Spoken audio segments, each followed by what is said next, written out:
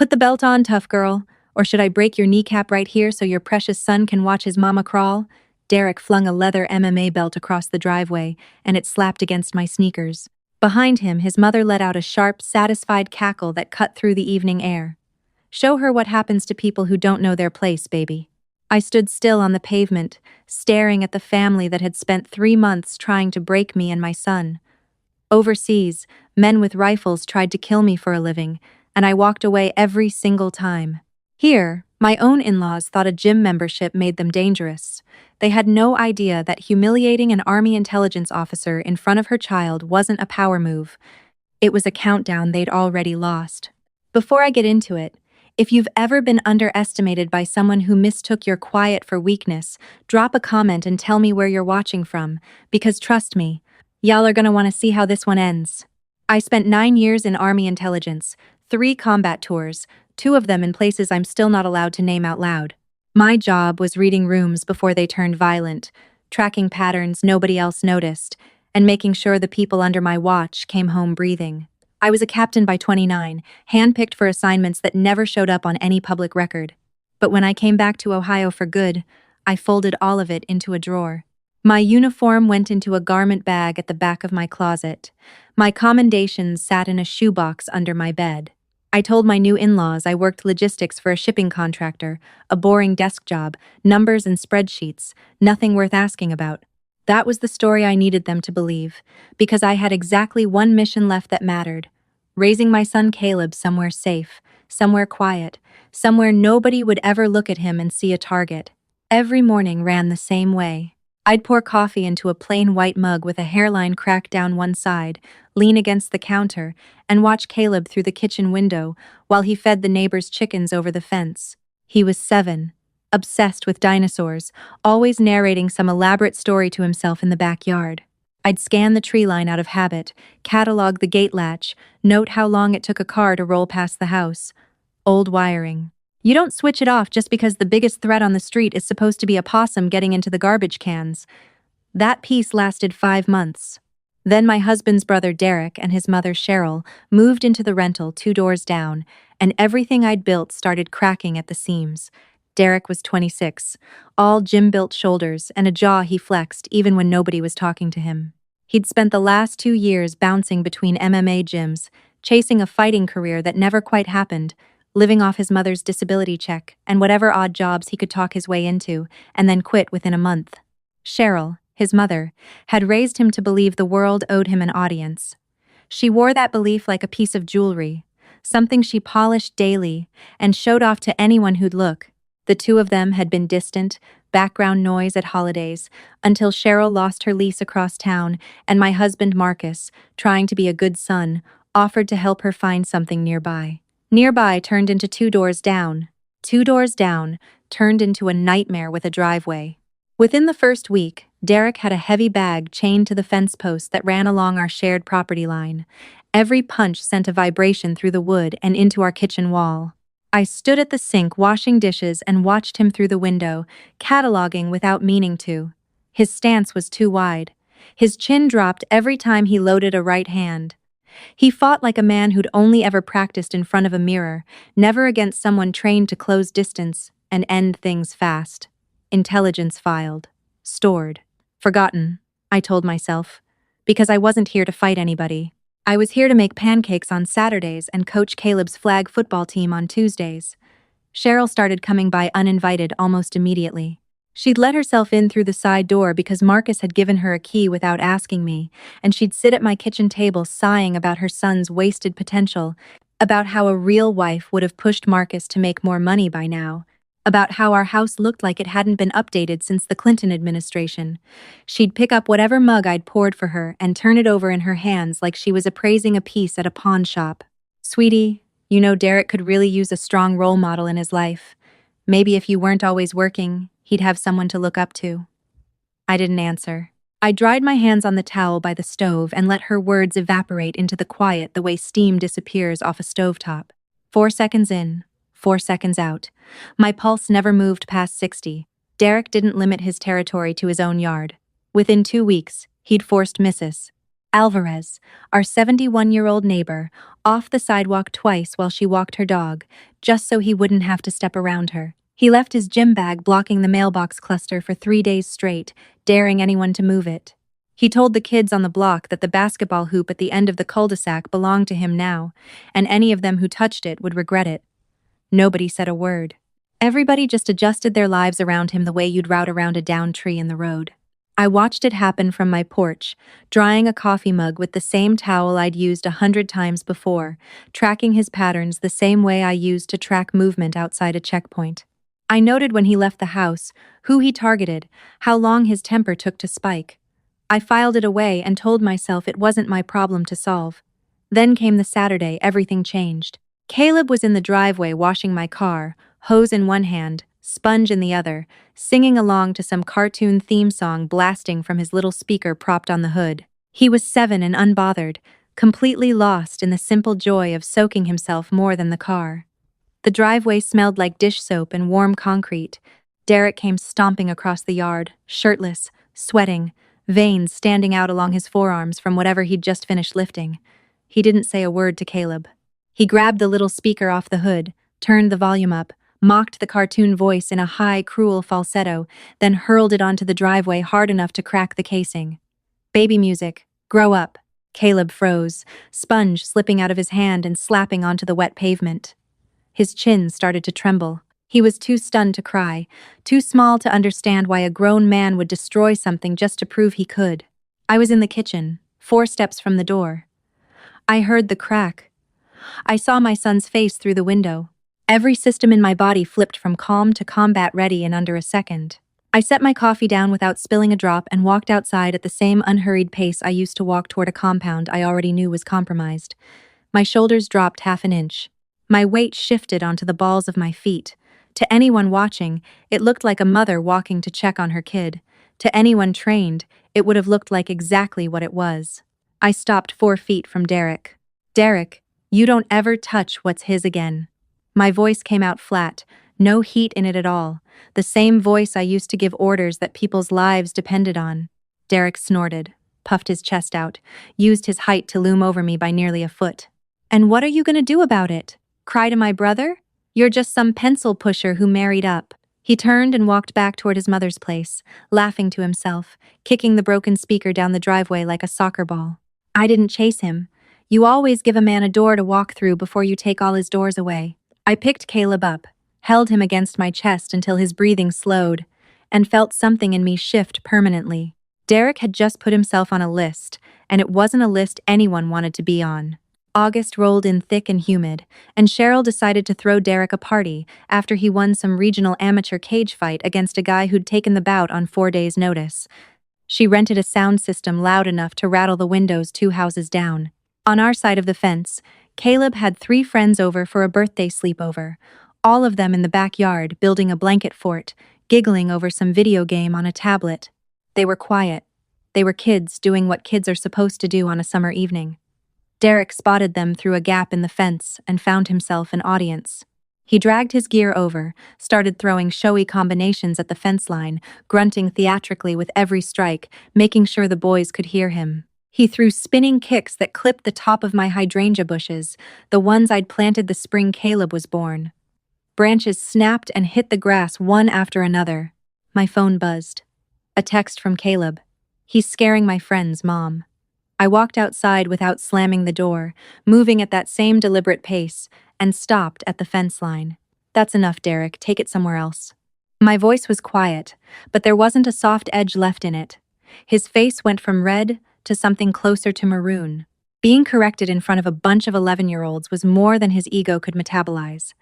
He crossed the property line in 2 furious steps, grabbed a fistful of my shirt collar, and yanked me up onto my toes. You don't talk to me like that. I'll snap your arm in half, he roared, spit hitting my cheek. Muscle memory took over before conscious thought caught up. I rotated my hips to kill his momentum, locked my hand around his wrist, drove my thumb into the nerve cluster along his forearm, and folded his elbow past its natural range in one clean motion. He dropped straight into the grass like his strings had been cut, his whole arm twitching, a sound coming out of him that wasn't quite a scream and wasn't quite words either. I released the lock instantly, stepped back 2 full paces, and let my face fall into wide, confused innocence. "Oh my gosh, are you okay? Did you slip on the sprinkler head?" Loud enough for the boys at the fort to hear. Loud enough for anyone at the party to catch, positioned so nobody's sightline caught what had actually happened. It looked, to every witness, like a 200-pound man had simply lost his footing on wet grass. Derek crawled backward through the gap in the fence, cradling his arm, his face purple with something well past embarrassment. I turned around, walked back inside, and sat down across from Caleb, who asked if Uncle Derek was okay. "He'll be fine, baby. Finish your game." An hour later, fists were pounding on my front door hard enough to rattle the porch light. I already knew who it was before I opened it. My husband's mother filled the doorway, her face blotchy with rage, Derek behind her holding his arm against his ribs like a broken birdwing, and behind both of them, arms crossed, jaw tight, stood my husband Marcus, who I'd expected to walk in on my side and instead found standing with his back half turned toward me. "You put your hands on my son?" Cheryl shrieked, jabbing a finger toward my face. "He said you used some dirty military trick to break his arm." I kept my posture loose, hands visible, voice even. "Check the neighbor's doorbell camera." Derek grabbed me first. He lost his footing. That's all that happened. Cheryl wasn't interested in facts. She stepped closer, closing the distance the way people do when they think volume is the same thing as truth. "Listen here. I have friends on the base where Marcus works. I will make sure everyone knows what kind of unstable woman you really are. I will take my son away from this house before I let you raise my grandson." I let the words land and settle into the quiet behind me. Then I looked past her, past Derek's twitching arm, straight at my husband, standing there with his hands in his pockets like a stranger at his own family's crime scene. I waited. I gave him every chance to say something, anything, to remember which side of that door he'd promised to stand on when he married me. Marcus wouldn't meet my eyes. He just sighed and said, "Can you please just apologize so we can all move on?" Something in my chest went cold in a way that had nothing to do with anger, not the hot kind of hurt, the quiet kind, the kind that settles in permanently once you understand exactly what someone is willing to trade you for. I didn't cry. I didn't argue. I closed the door in their faces, the lock clicking into place like a chamber sliding shut. 2 weeks later was the neighborhood block party, the one the whole street looked forward to every September. Mr. Alvarez had his ancient grill going, kids ran through a sprinkler, someone had strung up lights between the maple trees. I stood near the food table with a paper plate, talking to Mrs. Alvarez about her tomato plants, while Caleb played tag with a group of kids near the cul-de-sac. The mood shattered the second Derek and Cheryl came marching down the sidewalk with 2 of Derek's gym buddies flanking them, taking up the whole width of the walkway and forcing an older couple to step onto the grass to let them pass. Derek's hands were already wrapped in tape. Cheryl walked behind him like she was managing a prizefighter. He spotted me across the lawn and cut straight through the crowd, shoving a kid's bike out of his path hard enough that it clattered onto the pavement. He stopped 5 feet in front of me and threw a pair of gloves down at my feet. "Put these on. Let's see your little trick work when I'm ready for it. Right here. Right now, in front of everybody."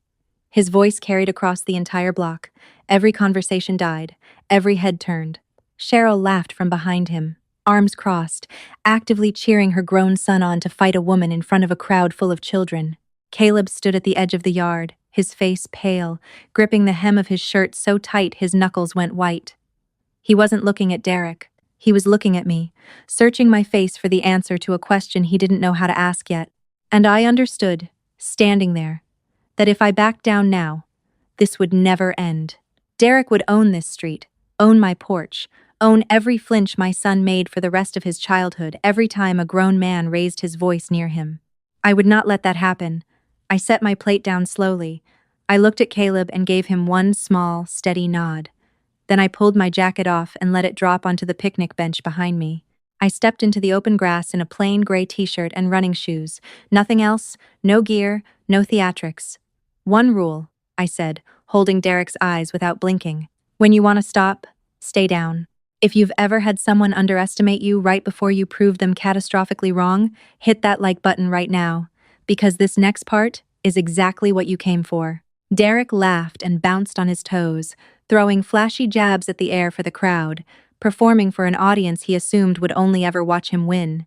He had no idea he'd just stepped into the range of someone trained to end confrontations, not perform them. He charged with a lazy jab cross, the kind of combination that looks fast to someone who's never actually been hit by someone who knows what they're doing. To me, it arrived in slow motion.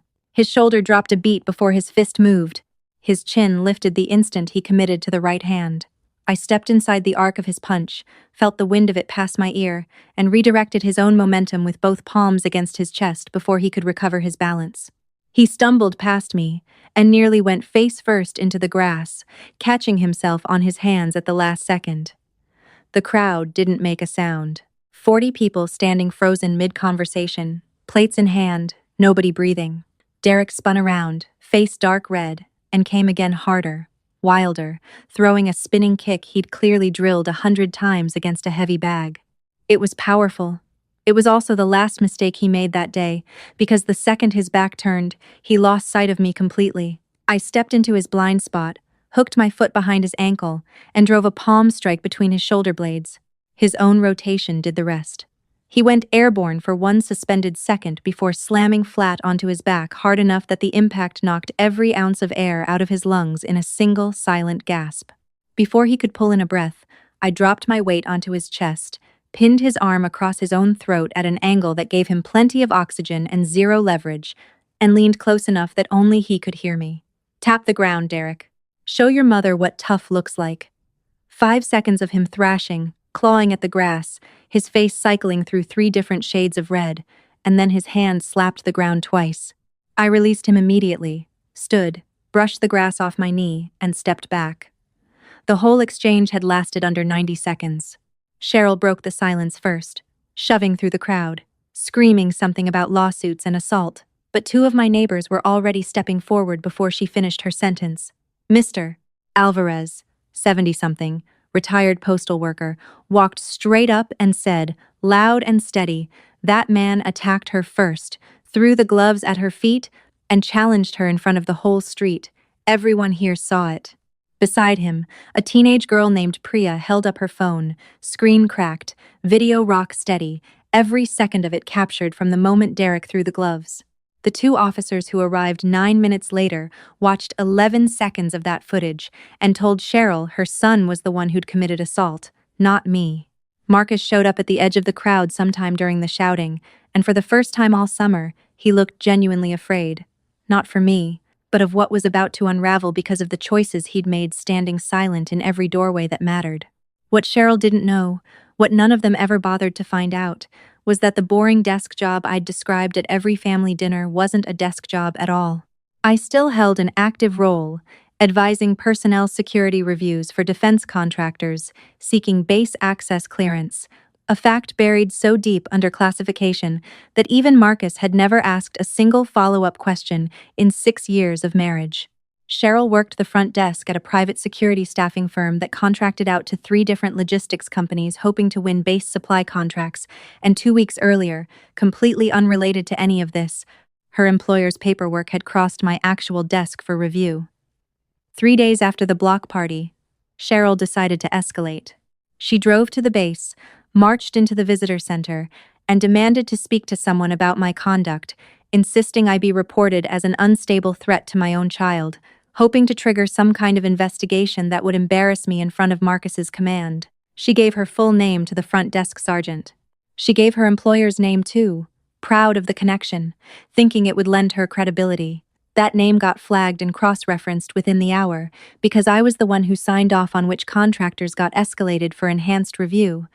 And a woman showing up unannounced, making unsubstantiated personal accusations against a security-cleared officer while affiliated with a firm under active review was not a coincidence anyone above me was willing to ignore. Her employer's contract, the one that would have kept the staffing agency afloat for 3 more years, got pulled for a full compliance audit that same week. Cheryl was let go before the audit even finished, her manager telling her plainly that bringing personal drama anywhere near a federal facility had made her a liability they couldn't carry anymore. Derek's gym found out about the block party video within 48 hours. It had been uploaded to a local sports page with the caption, "A suburban mom folds up an amateur cage fighter in 90 seconds flat," and it spread through every group chat on our side of the county. His coach watched it twice, called an assembly at the gym, and stripped him of his amateur ranking in front of the entire team, telling him plainly that a fighter who attacks unarmed women in front of children doesn't represent this gym anymore. Derek didn't leave his room for 4 days. Marcus and I separated 3 weeks later. It wasn't dramatic. There wasn't a final fight or a slammed door. I simply sat him down at the kitchen table one evening after Caleb was asleep and told him that a man who stays silent every single time his family threatens his wife isn't protecting anyone. He's just choosing the version of peace that costs him the least. He didn't argue. I think some small part of him already knew. 2 months after that, a moving truck pulled up outside Cheryl's rental. No fanfare, no goodbye party. She and Derek loaded their own boxes because nobody offered to help. I stood on my porch with a mug of coffee, watching them carry the last of it out. Derek sat in the passenger seat with his hood up, staring at the dashboard, looking like a man who'd had every certainty about himself stripped away in 90 public seconds. Cheryl didn't look at me once. The truck pulled away from the curb, and the street went quiet again in that easy, unremarkable way streets do when the thing threatening them has finally left. I walked back inside. Caleb was at the kitchen table, hunched over a worksheet, chewing on the end of his pencil, frowning at a math problem. I sat down across from him, pulled the paper toward me, and showed him how to carry the one. His shoulders were relaxed.